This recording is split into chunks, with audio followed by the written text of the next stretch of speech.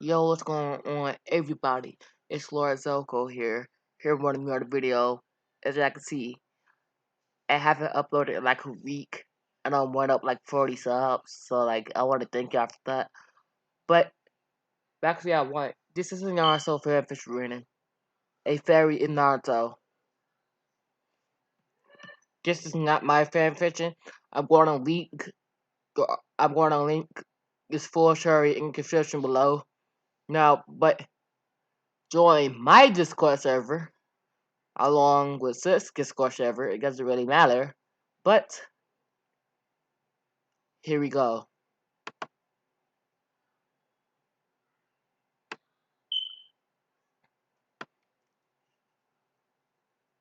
It was relative. It was relative. It was relative. It was a relatively. I'm telling you, It was a normal day in Flora. The sun was shining, and the sky was a clear blue. I had literally no time to admire the sky, however, as I was in a rush to get to the guild in time. I was technically supposed to be there 5 minutes ago, but I somehow managed to oversleep again. It's safe to say that waking up early is not my strong suit.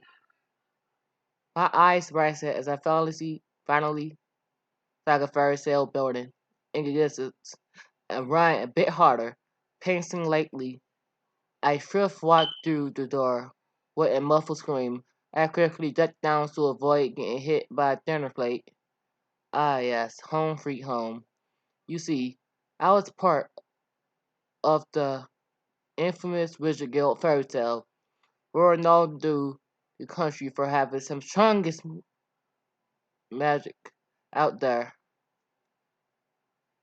but also for us simply to ask send these.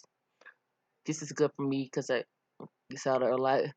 Send these to accidentally destroy buildings, forests, everything really. I was actually born in a city a few miles away from here. My mother died upon giving birth to me, and my father had never really gotten over it. He burned himself and work and likes to pretend I didn't exist. I was mostly raised by maids who work at our mansion. Oh yeah, I forgot to mention, my father was rather well off.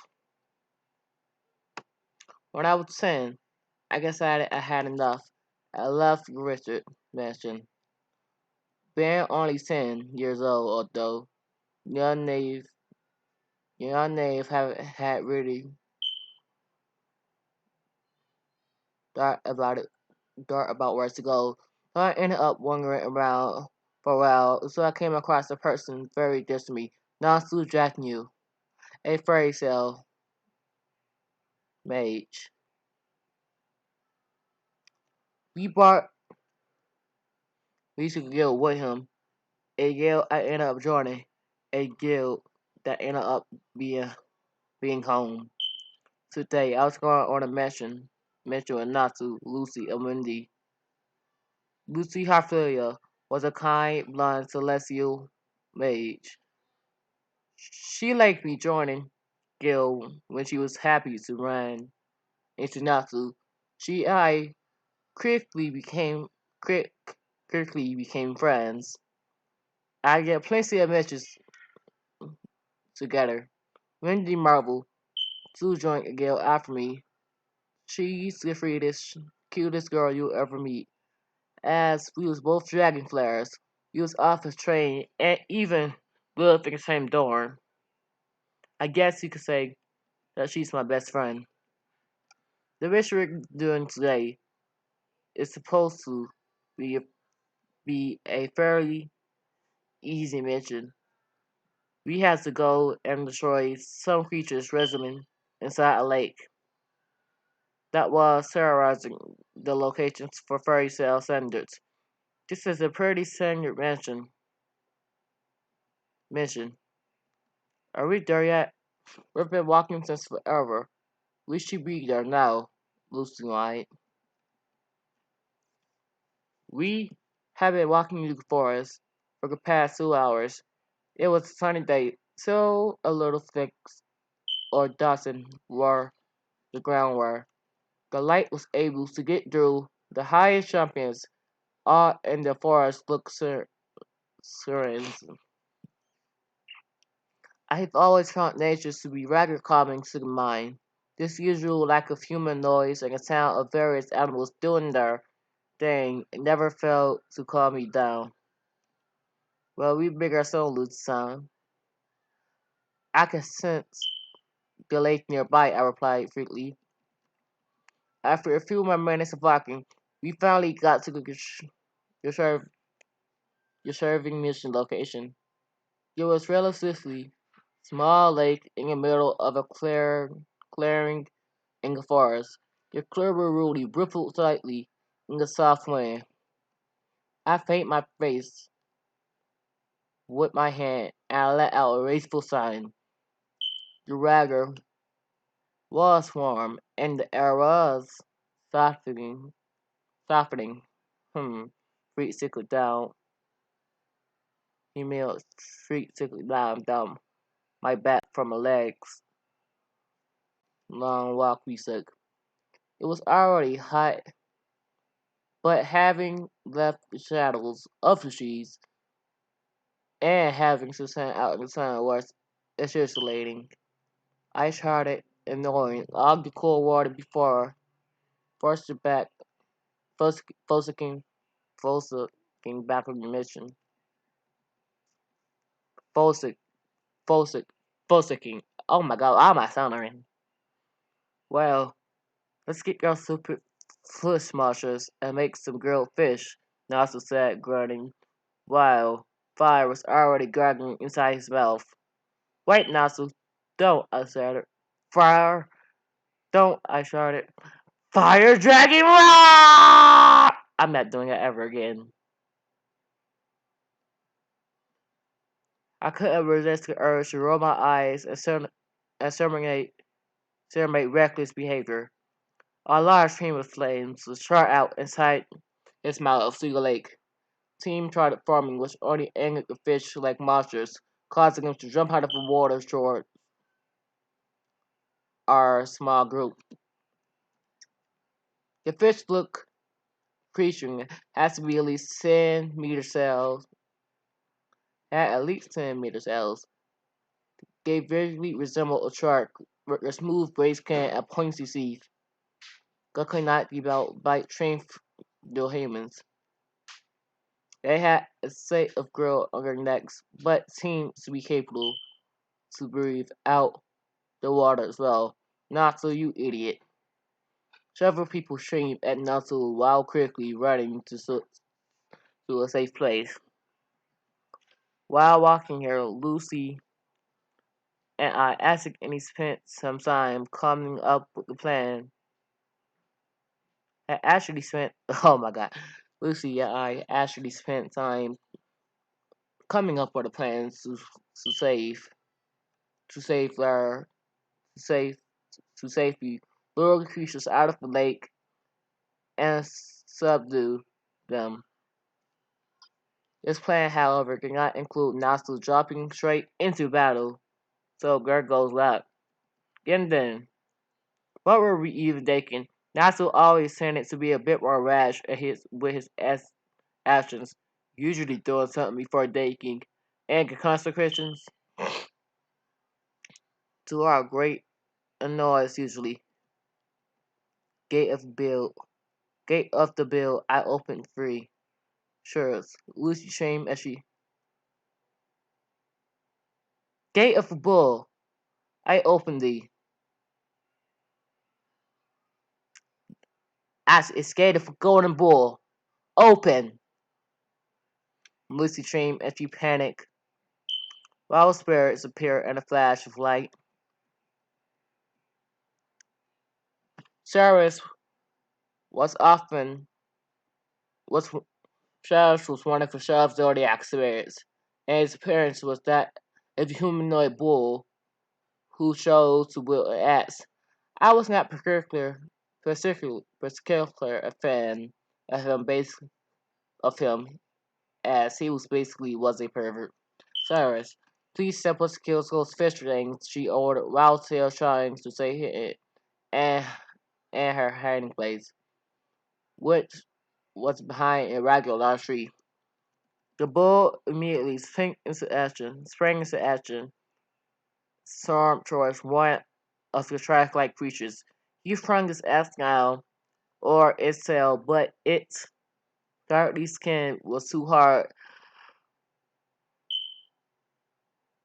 shattering them, pirating through its, and the axe reached off the saddle. The celestial bull got hit by his own axe, sending him back to the spirit world, leaving behind and trapped Lucy. So much, so much for one of the zodiac spirits. Consider, considering Natsu Abendi ran off to the same hiding spot as how we were headed behind the regular zone near the lake, watching the shark-like creatures closely. I bit my lip as I tried to think of appropriate strategy. Mizuki-san, Mizuka, Mizu, Mizuki, Mizuki, Mizuki-san, Nasu-san. You think we should try a unison raid? When you asked, Charlie look at both of us. Mizuki-san, Mizuki, Mizuki,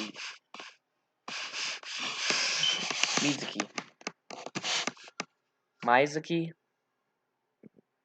It's a girl, by the way. Mizuki. Oh my god, this dude Mizuki have a girl name. Mizuki-san, Natsu-san. Do you think we should try unison raid? When you asked Charlie look at both of us. Sure, right now, I'm all fired up. Natsu fluffing, already running towards the fish watchers, leaving when the eye behind as we shoot down as reckless fighting style. How troublesome. When the eye got up and dashed towards the fish watchers as well. Fire dragon roar, sky dragon roar, water dragon roar. We all shouted at the same time.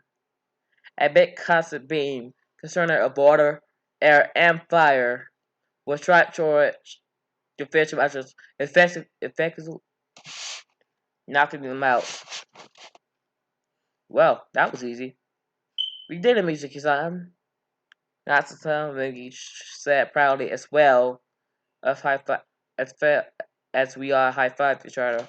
Oi, everyone, since we're here anyway, let's go swimming, Lucy suggested as she came running towards us. Still silently spoke. My ears brightened at the prospect as finally cooling off in the water.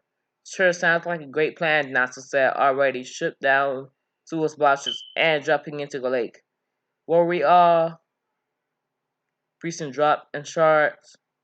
Free drop, freezing drop, free drop, and shards our blankets behind some bushes. Lucy offered a pink with Lucy's of course was pink with a gold detail. Wingy's tail was green with light blue details, while mine's turquoise was turquoise with blue detail. I floated from near the bottom of the lake, feeling at peace because I was in my element. You see, I'm the water dragon flare, not because I was trained by an actual dragon, which would have been pretty cool, because I gained the power from a lacrima.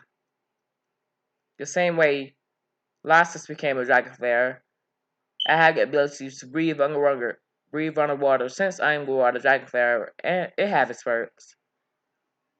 I dig its cool fish from around me. One fish brave enough to touch my outstretched hand, out of reach hand. I played with the fish for a few more minutes until I noticed something a bit further away. I screened my eyes as I saw a white light incandescent curiously. I firm trust it closely, curiously taking over. As I came closer to the bright light, suddenly influenced, I had to shield my eyes. Sadness seemed to take over my body. My eyes simply blinked a few times before I blacked out. End of chapter 1. I keep going.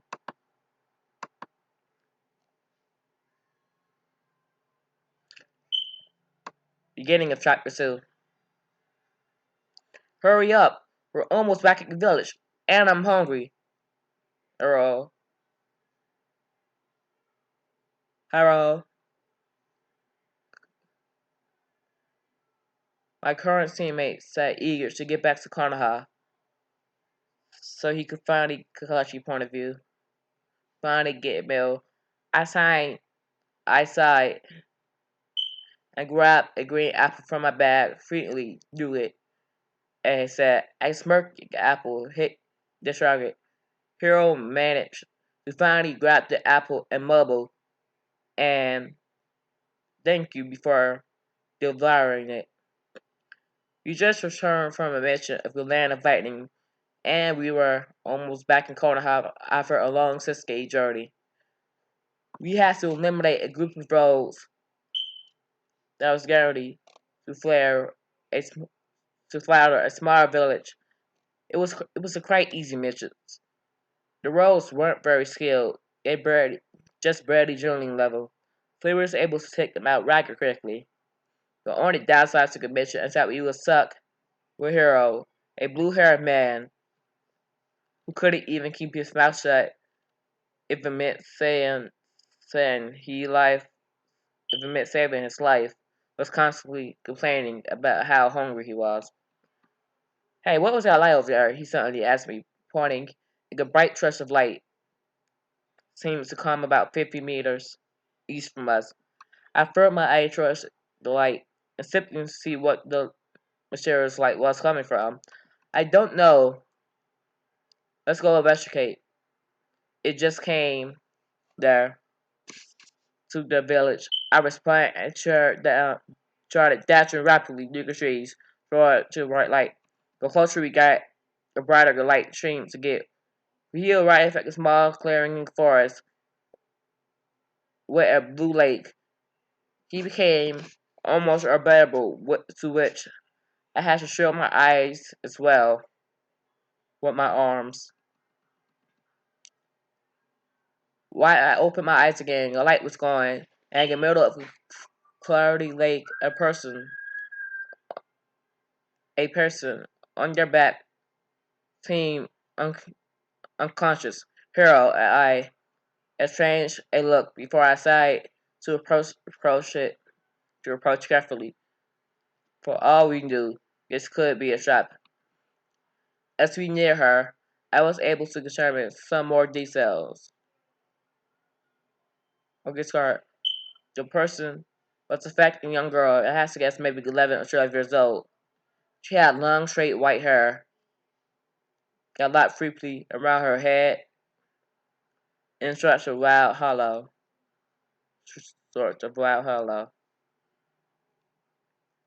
and pale white skin. So she wore a tan shirt and black Spanglish shorts. On her back rested a thin sword, but I couldn't see any other weapons. Even though we found weapons, we didn't find a handlebar, nor did I find any visible injuries. This were apparently was no shinobi. She, so what was she doing unconscious in the middle of a forest near Konoha? What do you do with her? Should we take her back to the village? She might be a threat, Hero adds. Meanwhile, slowly and carefully widening towards the strange girl. I pondered for a bit, deciding if the girl was a threat or not. I don't think she is a threat to the village. We should probably just take her to the hospital, I said before I picked up the girl bridal saddle and started running back to Konoha with Hero trailing behind me, complaining about how hungry he was once again. I swear, if he doesn't shut up, there'll be an accident case near as against the casualty in this mission. Reaching the gates of Kona, I slowed down just enough for Kunson to recognize me before speeding up again. Cornison, or Conson, Kinson, Cornison recognized me before sprouting up again. I calmly trod into the hospital and handed the young girl over to some plastered nurses, assuring me she would be just fine soon. Since there was no legal guardian, I had to sign for the hospital form, which unfortunately meant that I also have to be the one to sign her out of the hospital when the time came. I sighed, why couldn't Hero sign it instead of me? Turning around, Hero and I saw him munching on cookies. He chewed from my ears. He scored from my ears with the most beautiful expression, beautiful, beautiful, beautiful expression on his face. This is why this is what they made me sign. Annoying. I dragged Carol along to go clock HR for our mandatory mission report. I knocked on the door. I waited until I heard a sir come in. I'm sure I come in. As we entered Gokage's office, Gokage closed some files and was looking scarcely across the desk before smiling. Sadly, not surprised before smiling at us and folding his hand in front of him on the desk. I see your shirt. How did your mission go? He took a long drag from his pipe, smoke from his pipe. The smoke wafted raffled towards the window, towards the open window. The mission was a success, Hokage-sama. No casualties or no side. I reported tiredly. Oh, I wanted to go. I want to do now what's laid on my couch and read my book. All I wanted to do now was to lay on my couch and read my book. Very well then. Have a full recent report on my desk before noon tomorrow. Dismissed. More work. Fine. Hero nodded once more to Hokage, and I quickly. Hero nodded once more to Hokage, and quickly left the buildings. He was probably going to go eat something, whatever. Before I leave, there's something I still need to tell you, sir. We found a young girl lying unconscious in the forest close to the village. Close to the village. We shook her back with us to the hospital. The strange thing, however, that she seems to appear in some kind of light. Furthermore, she had no injuries, nor was she delayed or charged. Dehydrated or starved. That's an interesting story. I think we should wait for her to wake up so we can decide what to do with her. I sent an ombu over to the hospital to keep an eye on her. You're dismissed. You report. He responded with thoughtfully scratching on his chin. I nodded curiously and used the transportation distance to get to my apartment. After I came back home, I couldn't help but think about the strange girl I found. Why was she there? Why was she unconscious? I sighed. There was no use pondering, so I grabbed my book. I plunked down on the couch. Alright, that's the end of chapter 2 right there. But give me a sec, guys.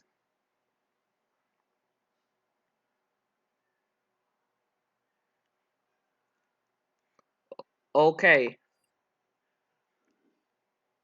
I bought a link for full story if you want to read ahead. I'm going to leak with full Shuri in the description below. Go join my official Discord server. And go join subs to my second channel. Leave a like, sub, if you want. Does it really matter? Peace out.